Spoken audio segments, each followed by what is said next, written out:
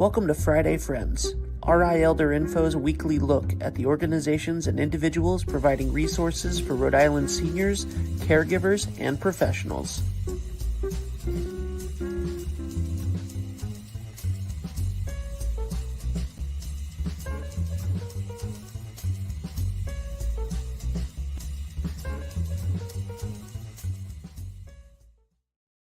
Good morning, everybody. Happy Friday. It's 9 o'clock on Friday, or pretty close to it. And you are watching me, Deb Burton, Executive Director of RI Elder Info and the host of the weekly show Friday Friends, where for 6+ years now, I've been bringing you information that you or someone you know needs to know about. So make sure you hit the like button, the share button, the bells, the whistles, because today I'm talking about something that I have been getting a lot of calls on in the last, I'd say, week to 10 days. So I know it's something that is really pressing out there in the community.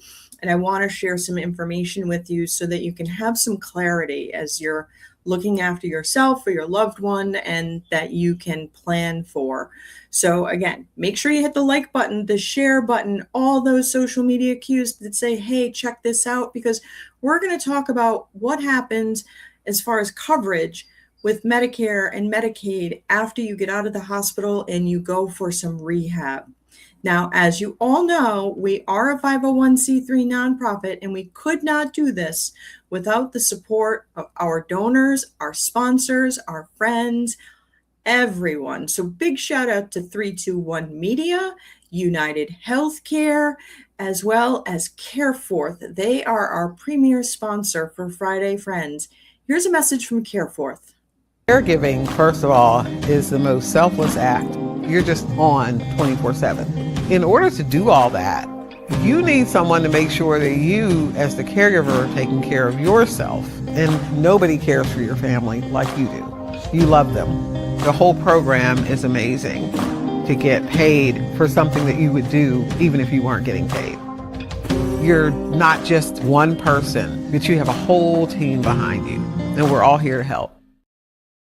You know, as I was getting ready to have this conversation with you today, I was thinking, what is it about this particular week in July that my phone starts ringing off the hook with really similar questions? And I had to think about it. So today, as we're recording this, it's July 24th. So about 20 days after the 4th of July.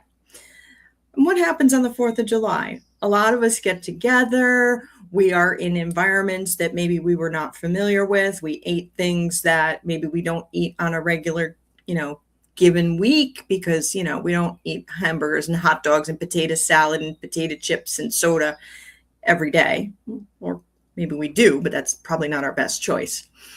So for some individuals, when you change that diet, you maybe see your blood pressure go up, or maybe you trip and fall.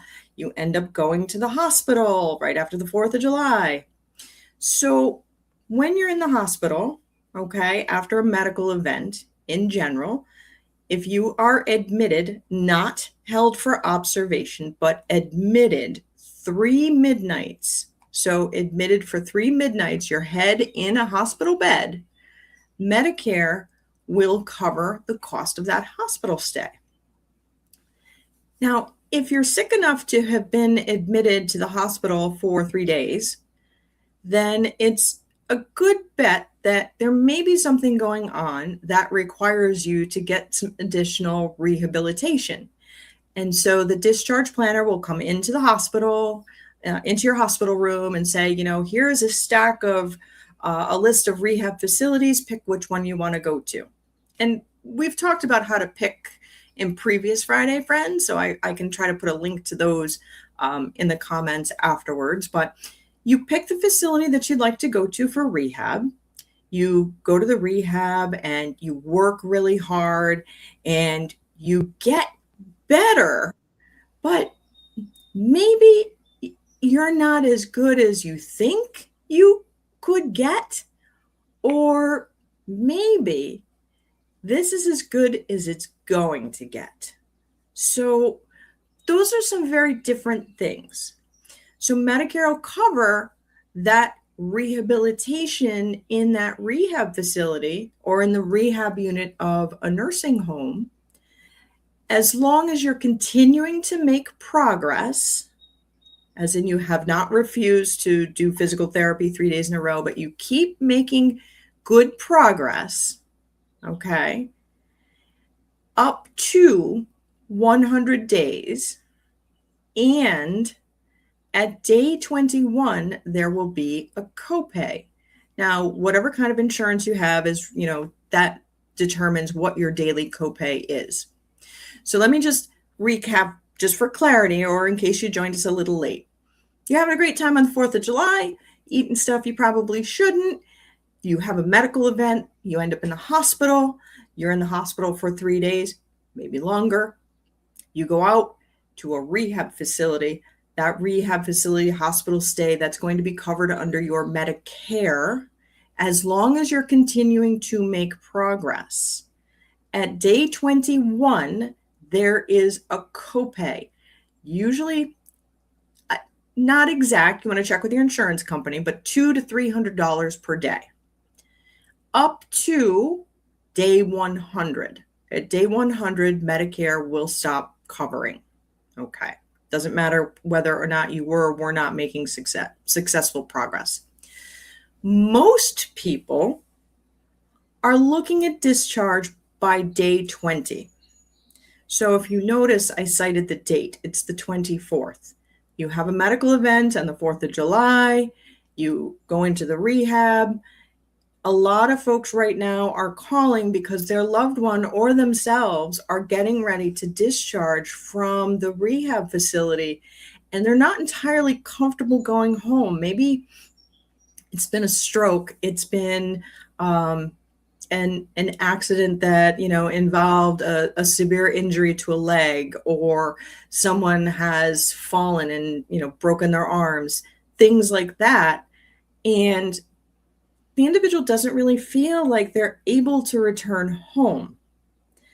And so when you get notified by the discharge planner of the rehab facility that your insurance is going to stop coverage, you can appeal that decision to your insurance company. They may or may not agree.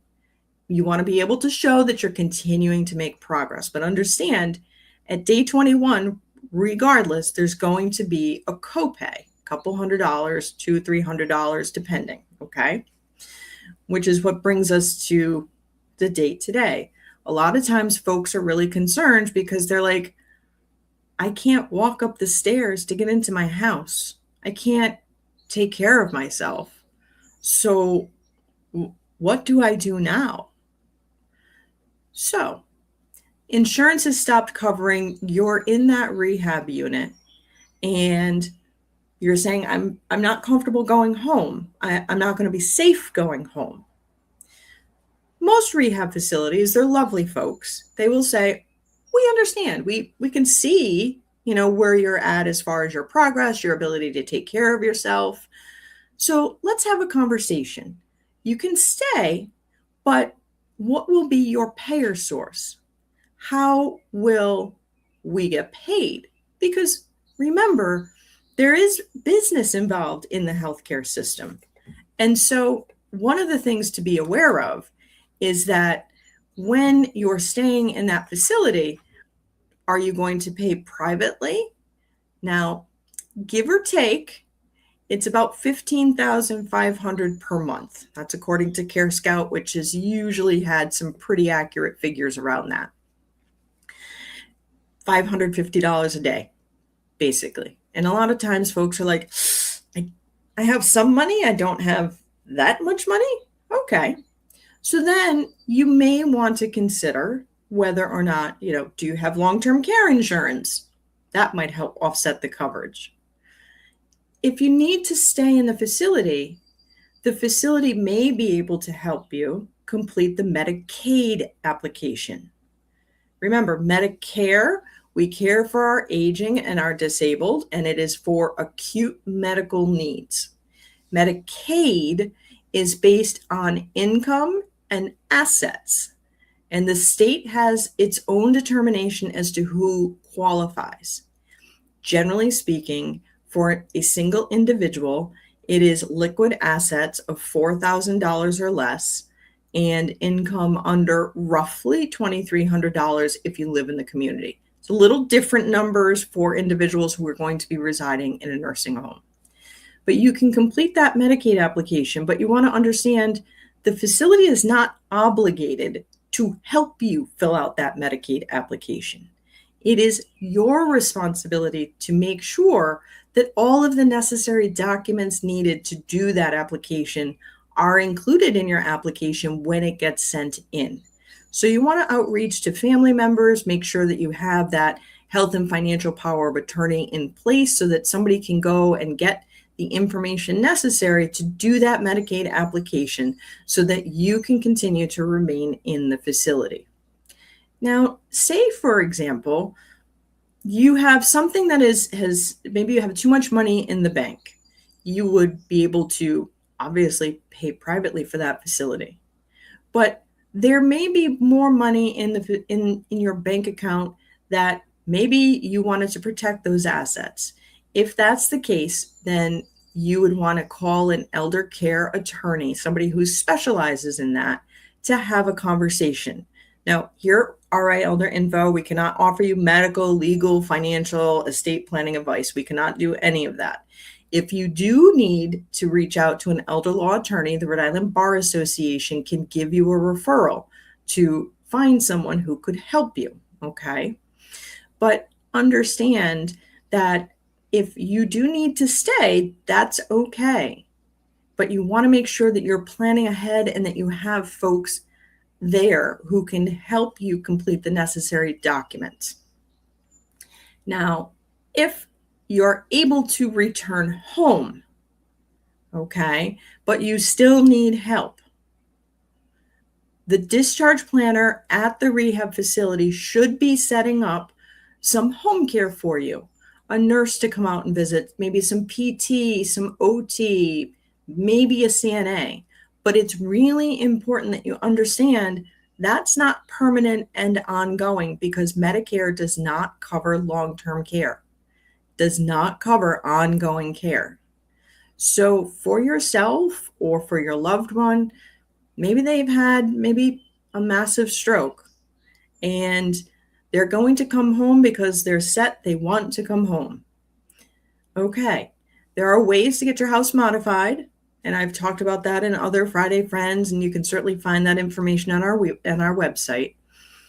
There are different resources, but you want to make sure that you have a good, solid plan with your family, with your friends, with your circle of support in order to be able to go home and remain safe. Now, if you are someone who has been in a facility long-term, you've seen this play out, you went to the hospital, you weren't as successful as you had hoped with rehab, you have remained in the facility, paying for it either privately or with Medicaid or long-term care insurance, and something transpires and the facility feels like this is no longer a good fit for you. The facility needs to give you what is called a 30-day notice, just as though you were renting an apartment. Same idea. You have a right to appeal that. Maybe you were having a bad day. Maybe, some things happen and you were just having a rough time. There are options to try to resolve that. The long-term care ombudsman can help you with that. But it is your right to live in a facility where you feel safe and cared for and make that environment as homey as is possible in the space allowed, and to be treated with dignity and respect. Now, I know I've just given you a whole lot of information. What I'm seeing is folks calling because they're really not sure, mom, dad, their loved one, their spouse. What happens when insurance says they're stopping the payment? Appeal. Understand, if you lose that appeal, there is that time, if it's a day, 2 days, 3 days that it took for the insurance company to decide, yes, you won the appeal or not, there is a bill occurring. Obviously, if the insurance is approves, great. The insurance is picking up those days, but you may be responsible for the cost if the insurance company stays set in their ways. So it's not that the nursing home is, trying to throw you out or steal your money or some of the things that I hear people say. It is part of it being a business. It is part of our own responsibility to really think about this and plan. And then, sometimes we recognize things happen, unexpected things. And it tends to time out over the years that I get a lot of calls in this particular week with this scenario that something happened around the 4th of July medically. Someone went into the hospital, they're in rehab, and now they're trying to figure out, how does this all work? How does this get paid for? So I thought, let me come on, have a conversation with my friends here, share this information so that you can make informed decisions as you go forward. We are all in this together. I am really glad that you have joined me. If you have more questions, feel free to reach out to me. If you have time, if your friends, your family, anyone you know is a veteran, please make sure that you come out to our Calling All Veterans Day event. It's going to be on Saturday, August 15th. It's going to be at the CB Museum and Memorial Park outside. It's at 21 Iafrady Way in North Kingstown. By Rhode Island directions, in North Kingstown, do you know where the Dave's Market is and the Kohl's? It's right there, right across from the Kohl's parking lot. It's going to be a fabulous time. This is our 7th year doing it, and we are going to have a blast. We are super grateful to Amy Petrino's team, as well as Encompass Health, for being our sponsors for the event and enabling us to make this event free for everyone from the community who's coming. So I look forward to seeing you all there. Give me a hug, say hi. I would really love that. Anyway, I'm glad that you all joined me today. I look forward to seeing you all again next week. In the meantime, be well and be kind.